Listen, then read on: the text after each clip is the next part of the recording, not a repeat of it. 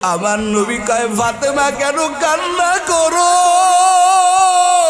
ফাতেমা ডাক দিয়া কই রে বাবা,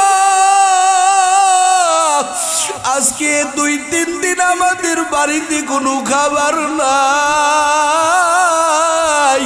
ওরে বাপজান ক্ষুধার জ্বালা সহ্য করতে পারি না রে বাবা। ওরে বাবা হইয়া মেয়ের কষ্টের কথা যদি শোনা যায়, কোনো বাবা স্থির থাকতে পারে না। নবীর চোখেও পানির যুবক, ফাতেমার কান্নার আওয়াজ, নবীরও কান্নার আওয়াজ। সঙ্গে সঙ্গে জিবরাইল হাজির। জিবরাইল আইসা ডাক দিয়া বলে, ও নবী আমার, আপনার কান্না আর আপনার মেয়ের কান্না আল্লাহর আরশ ভারী হয়ে গেছে রে নবী। ওরে ফাতেমারে শুনাইয়া দেন। ওরে ফাতেমা কি দুনিয়া চায়? ওরে দুনিয়া যদি চায় আল্লাহ তাআলা বলে দিয়েছেন, ফাতেমার বাড়ি থেকে নিয়ে আসমান পর্যন্ত আমার আল্লাহ টাকা পয়সা দিয়ে ভরে দিবেন। নাকি ফাতেমা আখিরাত চায়, আমার আল্লাহ ফাতেমারে জান্নাতি রমণীদের সর্দারিনী আমার আল্লাহ দান করবেন। কোনটা আপনার মেয়ে চায়? আমার নবী ডাক দেয়া কই রে ফাতেমা, তোর কান্না আল্লাহর আরশে কবুল হয়ে গেছে। তবে তোমার জন্য 2টা অফার। একটা অফার হলো ফাতেমা রে, যদি দুনিয়া যাও, ওরে আসমান জমিনের ফাঁকা জায়গা আল্লাহ তাআলা ধন দৌলত দিয়ে ভরে দিবেন। আর যদি দুনিয়া না যাও, তো আল্লাহ জান্নাতি রমণীদের সর্দারিনী বানায় দিবে। ফাতেমা কান্না করে কই রে বাবা, ওরে দুনিয়া তো 2 দিন, আখিরাতের কষ্ট সহ্য করতে পারবো না রে বাবা। দুনিয়ায় কষ্ট সহ্য করতে পারবো, দুনিয়ার ক্ষুধা সহ্য করতে পারবো, কিন্তু জাহান্নামের আগুন, ওই আখিরাতের কষ্ট সহ্য করতে পারবো না রে বাবা। আল্লাহরে জানায়া দেন, আমি দুনিয়াতে কষ্ট করতে চাই, আমি জানো আখিরাতে কষ্ট না পাই। এ কলিজার যুবকেরা যারা বুঝে তারা সব জায়গায় আমার মাওলারে ভোলে না। ও গরিব ভাইয়েরা, ও ধনী ভাইয়েরা, ও ব্যবসায়িক ভাইয়েরা, ও রাজনীতিক ভাইয়েরা, রাজনীতির জোর দিয়াও তুমি পার পাবা না রে বাবা। রাজনীতির জোর দিবা, বাদশাহীর জোর দিবা, আল্লাহ বলবেন কই রে আমার সুলাইমান, আসো।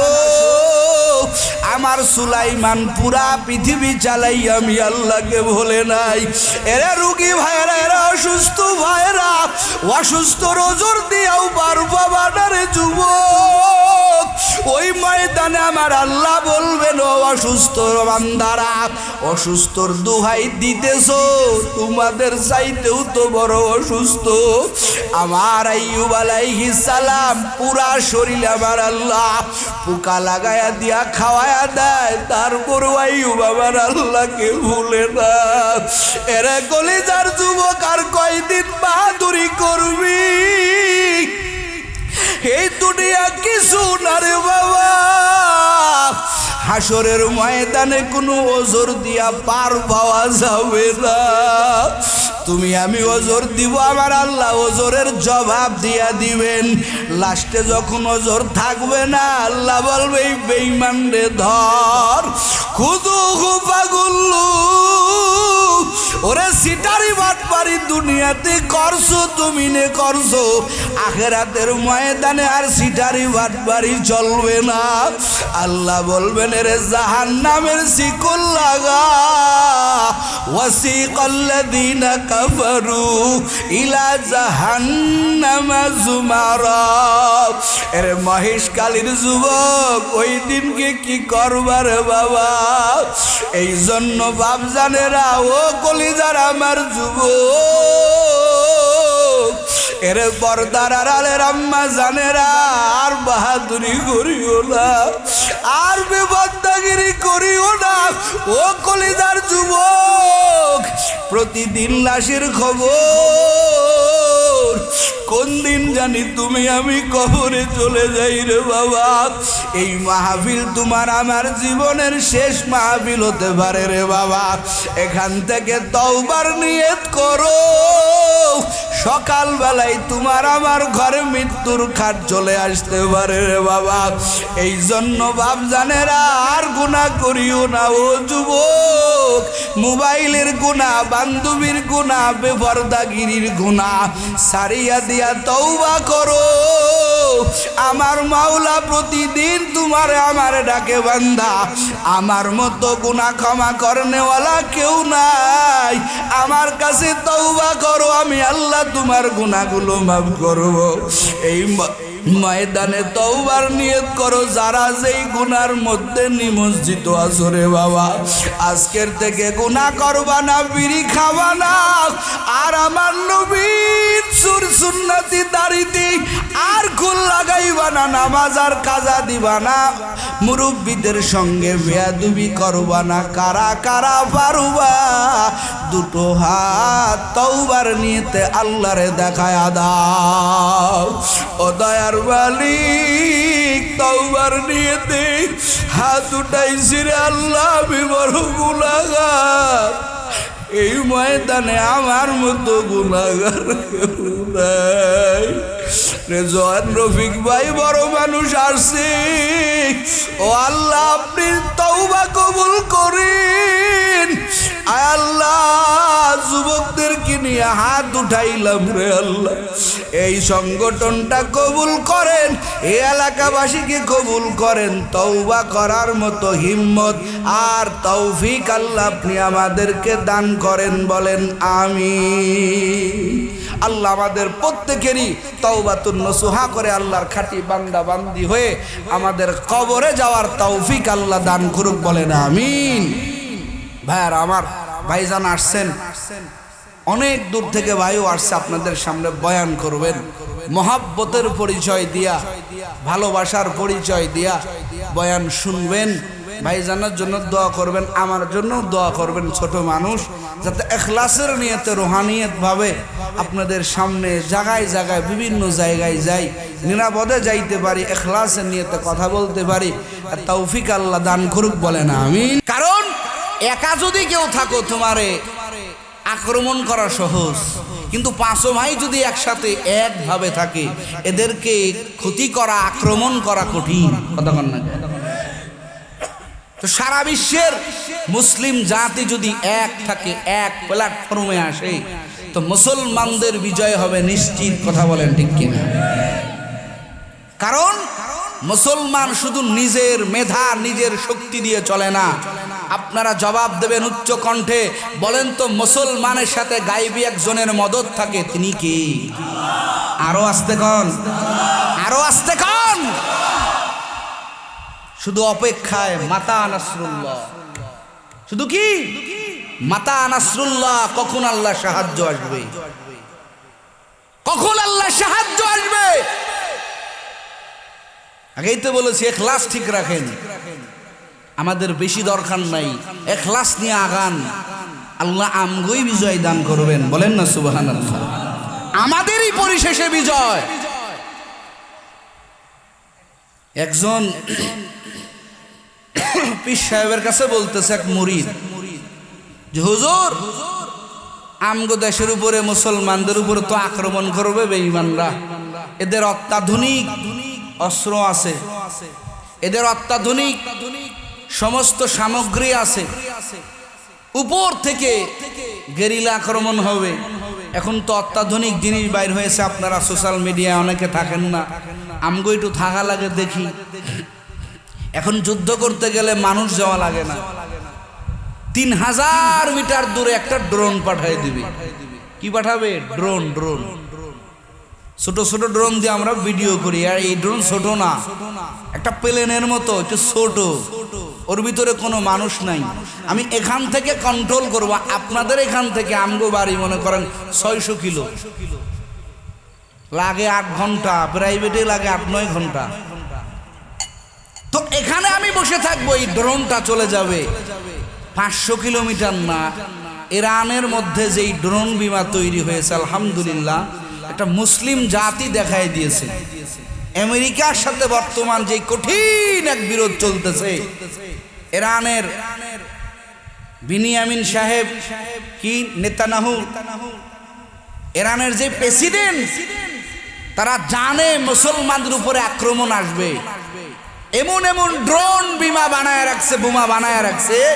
এখান থেকে এই ড্রোন বোমাটা ড্রোন, এই প্লেনটা যার ভিতরে বহন করে বোমা, এটা 3000 কিলোমিটার চলে যাবে। একটু জোরে কান আল্লাহু আকবার। 3000 কিলোমিটার দূরে যাইয়া ওখানে আক্রমণ করবে, টার্গেট করে করে। সোশ্যাল মিডিয়া সব দেখা যায়। তো এই বুজুর্গের কাছে যেটা বলতেছিলাম, এই বুজুর্গের কাছে এক মুরিদ আইসা কয়, হুজুর আমগো উপর থেকে আক্রমণ করবে, বহু অত্যাধুনিক অস্ত্র বানায় রাখছে বেঈমান। তো পীর সাহেব বলে, তুমি ঘাবড়ায়ও না। বলে ঘাবড়াবো না মানে? চিন্তা করবো না, কারণটা কি? পীর সাহেব বলে, তারা যে বিমাটা বানাইছে, এরা এত অত্যাধুনিক বোমা বানাইছে, হেলিকপ্টার বানাইছে, এরোপ্লেন বানাইছে, রকেট বোমা খাও, যেটা খাও বানাইছে, এটা কি আল্লাহর আরশের উপর দিয়েও যাবে? বলেন না একটু আল্লাহ, এটা কি আল্লাহর আরশের উপর দিয়া যাবে? কয় না, তা তো যাবে না। একজন কয় যাবে, আল্লাহর আরশের উপর দিয়া যাবে, এটা সম্ভব? কতক্ষণ সম্ভব? তখন পীর সাহেব কয়, তাইলে সমস্যা, তাইলে আমার চিন্তা নাই। বলে কেন? বলে আমরা আল্লাহর গোলাম। সুবহানাল্লাহ জোরে কর। তো যেহেতু এই বোমাগুলো আল্লাহর আরশের উপর দিয়া যাবে না, তো হতো আমাদের চিন্তা নাই, কারণ আমগো একজন মালিক আছে। তিনি কে? আরো জোরে বলেন, তিনি আল্লাহ। তো আল্লাহ আমাদের হেফাজত করবে, ওই ড্রোন ফ্রোন দিয়ে আমরা ভয় করি না। একটু জোরে কান আল্লাহু আকবার। ড্রোন দিয়ে আমরা ভয় করি না, আমরা ভয় করি একজনকে। তিনি কে? আরো জোরে বলেন, তিনি কে? আর আল্লাহকে ভয় করা একটা কলব আল্লাহর কাছে বড় দাম, আল্লাহর কাছে বড় মাকবুল। আল্লাহওয়ালা, আল্লাহর পাগলওয়ালা একটা অন্তর আল্লাহর কাছে দামি। আল্লাহ সেই আলোচনাই সূরা শুআরার মধ্যে 88 নং আয়াতে কারিমা এবং 89 নং আয়াতে কারিমায় আল্লাহ বয়ান করেছেন। আজকে আমরা যেগুলোর বাহাদুরি দেখাই, ক্ষমতা, টাকা পয়সা, সন্তান সন্ততির বাহাদুরি দেখাই, আল্লাহ এই বয়ানে সব পরিষ্কার করে দিয়েছে। আল্লাহ কি কয়? ইয়াউমা লা ইয়ানফাউ মালু ওয়ালা বানুন ইল্লা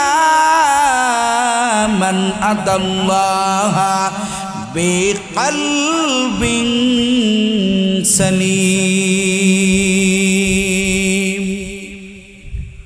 আল্লাহ পাক বলেন, হে দুনিয়ার মানুষেরা, আরে শুনে নাও,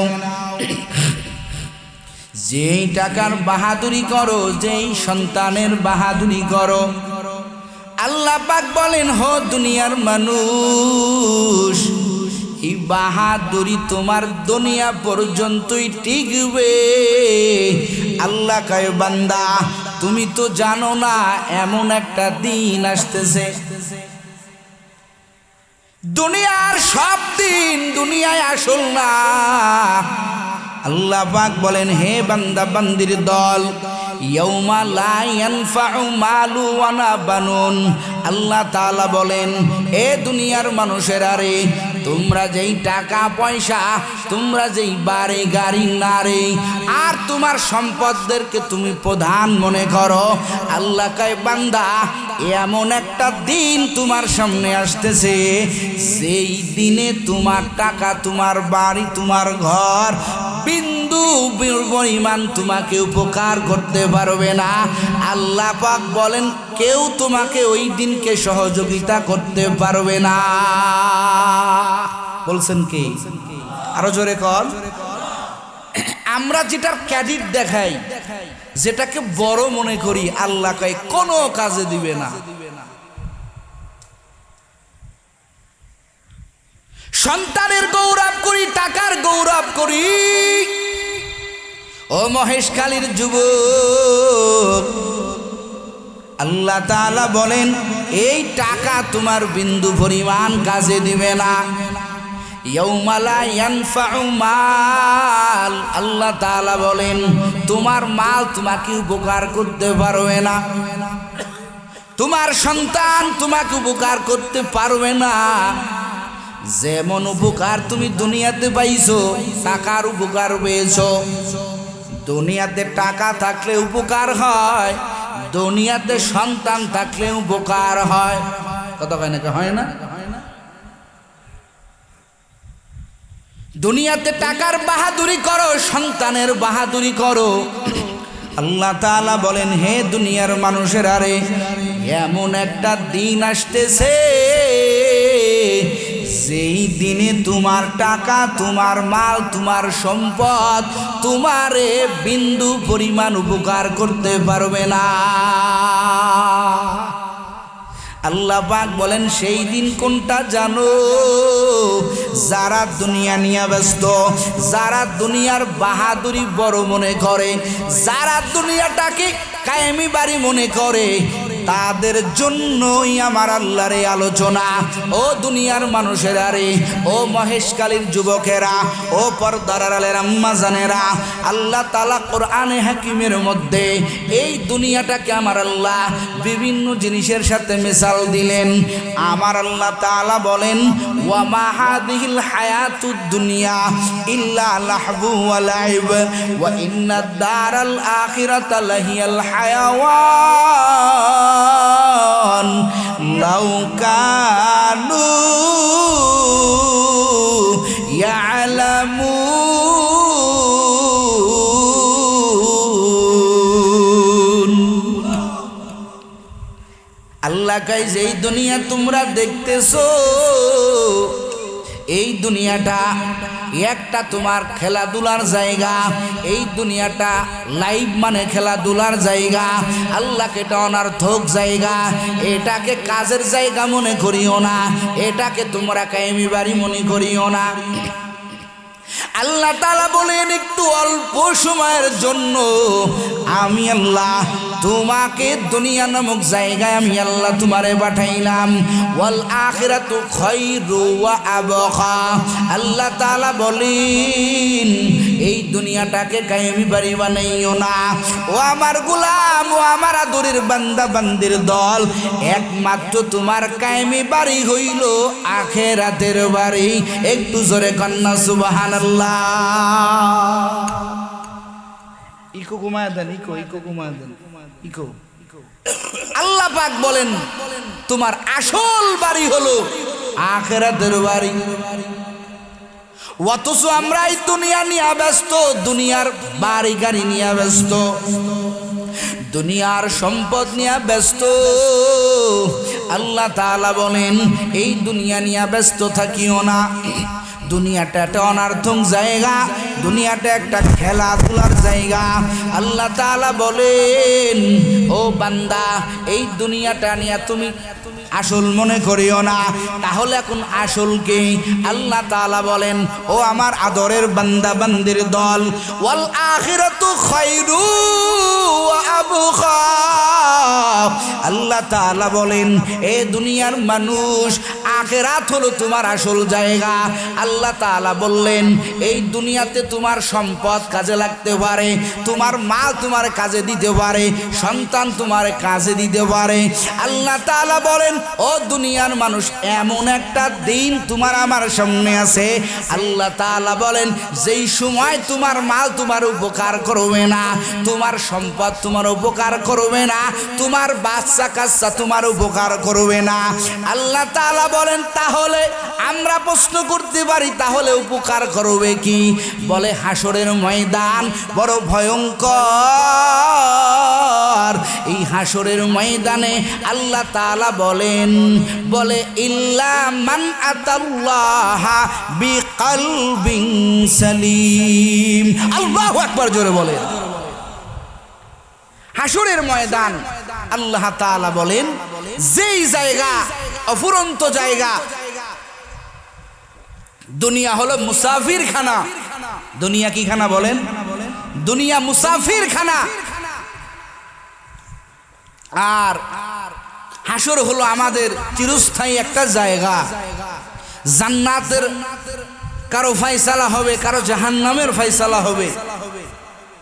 এই ফায়সালার আগে আল্লাহ কয় বান্দা, দুনিয়াতে যেই তুমি বাহাদুরি করো, এই বাহাদুরি তোমার দুনিয়া পর্যন্ত সীমাবদ্ধ।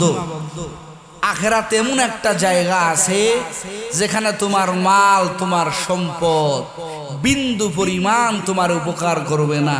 তোমার ছেলে, তোমার মেয়ে, তোমার আত্মীয়, তোমার ক্ষমতা, তোমার দল বিন্দু পরিমাণ তোমার উপকার করবে না।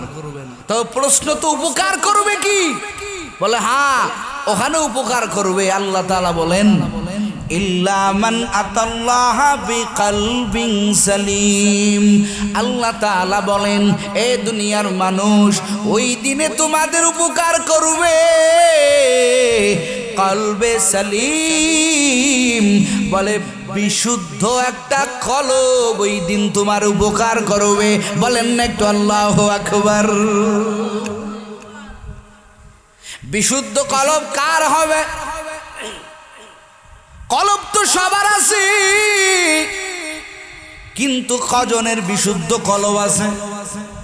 ডোনাল্ড ট্রাম্প, তারও একটা কলব আছে না নাই? কথা হয় না, আছে না নাই?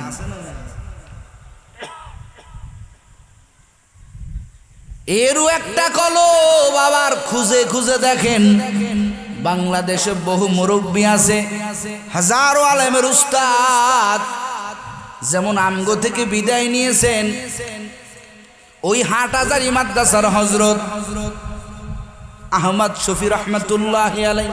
কথা কয় না? আপনারা চিনেন না তারে? আপনাদের এলাকার গর্ব। ও আল্লাহর বান্দারা, ও কলিজার যুবক, হাটহাজারী মাদ্রাসার আর এক রত্ন জুনায়েদ আল্লামা জুনায়েদ বাবুনগরী রহমাতুল্লাহি আলাইহি। কথা হয় না? এগোর একটা কলব ছিল কি ছিল না? ছিল না? তো এদের কলব আর বর্তমান যেই মুসলমানদের শত্রু, মুসলমানদের যেই সব চাইতে বড় শত্রু আমেরিকার ডোনাল্ড ট্রাম্প, তার কলব আর এদের কলব কি এক? কথা কয় না কে? এ আল্লাহর বান্দারা, আল্লাহ তাআলা বলেন হাসরের ময়দানে আমি আল্লাহ তোমার মাল দেখে তোমার বিচার করব না, তোমার ধন দেখে তোমার বিচার করব না। আল্লাহ তাআলা বলেন কলবে সালিম আমি আল্লাহ দেখব। যারা বিশুদ্ধ কলব নিয়ে আসবে আমি আল্লাহ তাদেরকেই ওই বরজক জগতের সব ঘাটির থেকে আমি আল্লাহ তাদের হেফাজত করব। জোরে কন্যা সুবহানাল্লাহ। এখন আসেন মহেশখালীর যুবকেরা, মহেশখালীর বাবারা, পর্দার আলের আম্মা জানেরা, বিশুদ্ধ কলব কেমনে তৈরি করব? বলে বিশুদ্ধ কলব তৈরি করতে হলে কলবটা গুনাহ মুক্ত হওয়া লাগবে। কি মুক্ত? কথা কয় না, কি মুক্ত? গুনাহ মুক্ত কলব যার আছে ওই কলবটা একটা বিশুদ্ধ কলব। আর কলবকে গুনাহ থেকে বাঁচানোর জন্য আর একটা হাতিয়ার অবলম্বন করতে হবে, সেটা হলো তাকওয়াল্লাহ, আল্লাহর ভয়। যার দিলে আল্লাহর ভয় আছে এই দিলটাই হলো কলবে সালিম। জোরে কোন সুবহানাল্লাহ। আল্লাহর ভয়ের দ্বারা গুনাহ করবে না, আর গুনাহ না হলে ওই কলবটা কলবে সালিম হবে। ওই কলবটা কলবে সালিম হবে। সবার কলব আছে, আপনাদেরও কলব আছে, আমারও কলব আছে। এই কলবটা কলবে সালিমে পরিণত করতে হলে এরে মহেশখালীর যুবক ও কক্সেস বাজারে আমার কলিজার ভাই বোনেরা, কলবে সালিম যদি আপনি বানাইতে চান, আপনার কলবটাকে যদি আল্লাহমুখী করতে চান, তাহলে কলবটাকে গুনাহমুক্ত করতে হবে। আর গুনাহমুক্ত হওয়ার, গুনাহ না করার সবচেয়ে বড় মেডিসিন হলো তাকওয়া, মানে আল্লাহর ভয়। জোরে খনকার ভয়। আল্লাহ কুরআন হাকিমের মধ্যে বিভিন্ন জায়গায় আল্লাহ কয় আমারে ভয় করো। ইয়া আইয়ুহাল্লাযীনা আমানুত্তাকুল্লাহা হাক্কা তুকাতি ওয়া লা তামুতুন্না ইল্লা ওয়া আনতুম মুসলিমুন। ইয়া আইয়ুহাল্লাযীনা আমানুত্তাকুল্লাহা ওয়া কুনু মা'আস সাদিকিন। ইয়া আইয়ুহাল্লাযীনা আমানুত্তাকুল্লাহা ওয়াল তানজুর নাফসুম মা কদ্দামাত লিগাদ ওয়াত্তাকুল্লাহ ইন্নাল্লাহা খাবীরুম বিমা তা'মালুন।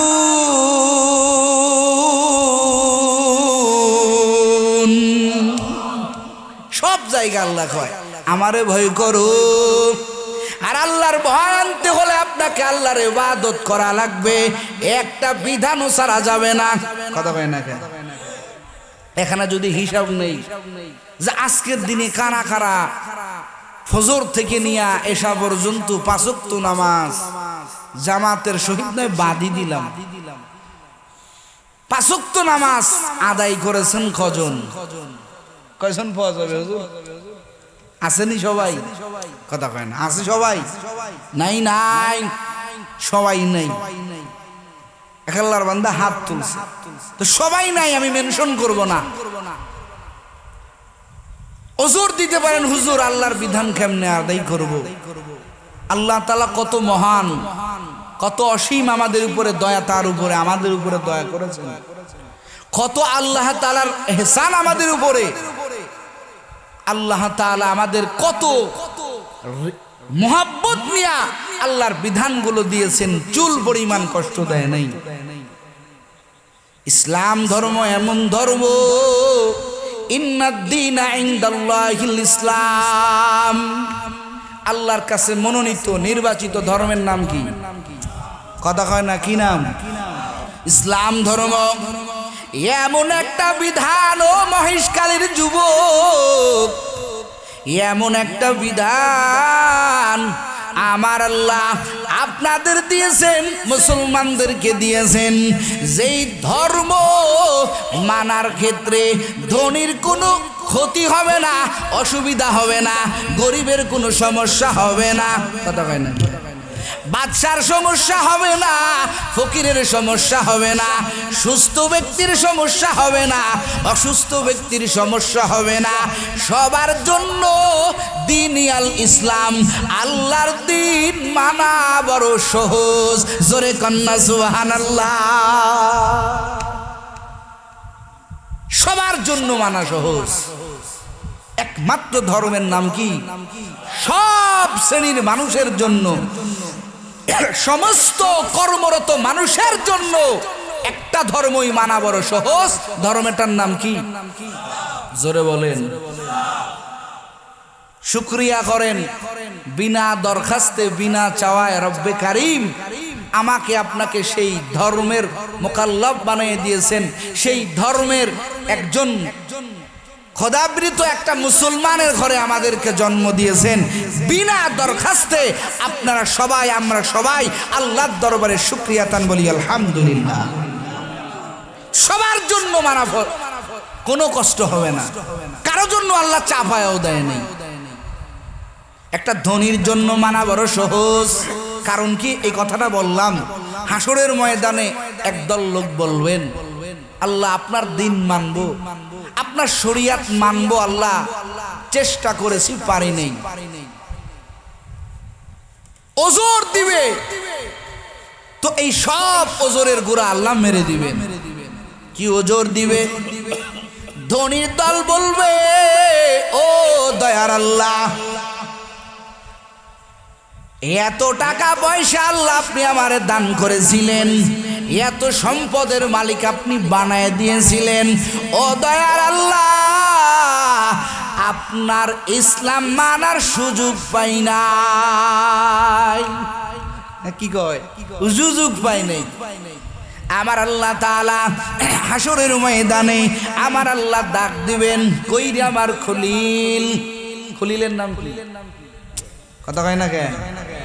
ইব্রাহিম আলাইহিস সালামকে আল্লাহ ডাক দিবেন।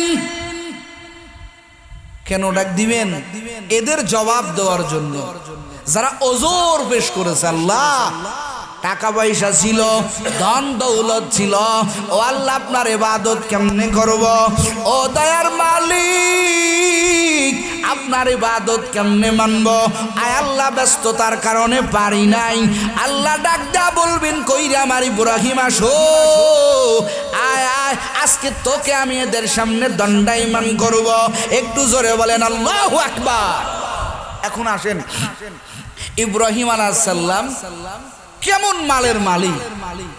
কিতাবের মধ্যে পড়েছি, আজকেও পড়েছি, ইব্রাহিম আলাইহিস সালামকে আল্লাহ তাআলা এত আরবি বকরি, কোন বকরি?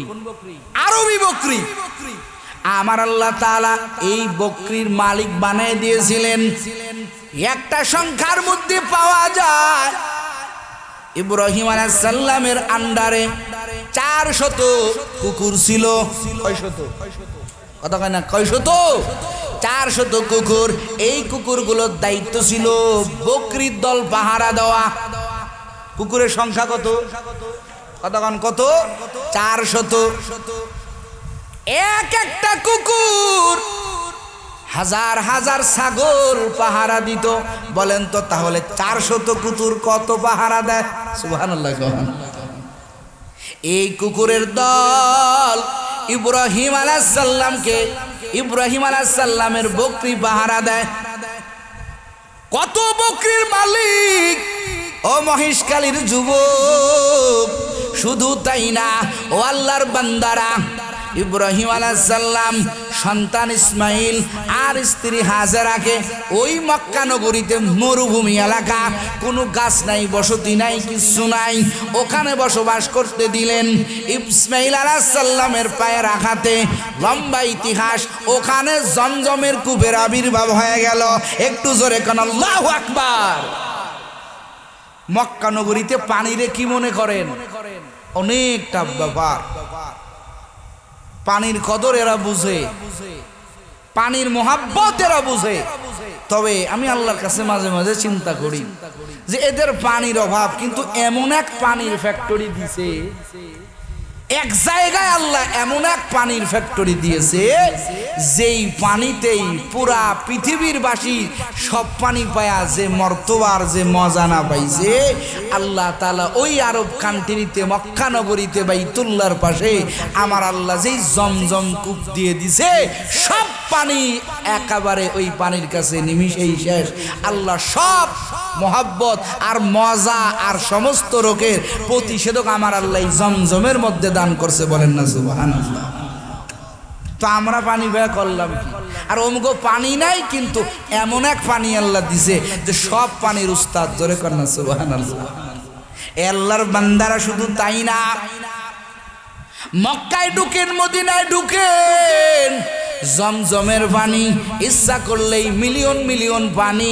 ও আল্লাহর বান্দারা, আমার নবীকে প্রশ্ন করা হলো, ও নবী আমার, এই জমজম কূপের পানি, এত পানি আমরা খাই, আজ crore crore million trillion litre পানি প্রতিদিন উত্তোলন করা হইতেছে, কিন্তু কোনোদিন জমজমের কূপ বলে না আর পানি দিতে পারবো না, অথবা পানি শুকিয়ে গেছে। আল্লাহর রাসূলকে সাহাবায়ে কেরাম প্রশ্ন করেছিলেন, ও পয়গম্বর, এই জমজমের পানি, এত পানি তারপরেও কমে না, এই পানির কি রহস্য?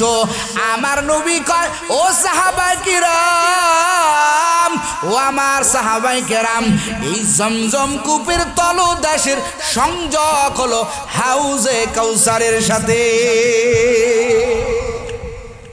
এত পানি আল্লাহ এদের এমন মজার পানি দিছে। উমরায় গিয়েছিলাম তো, কষ্ট করে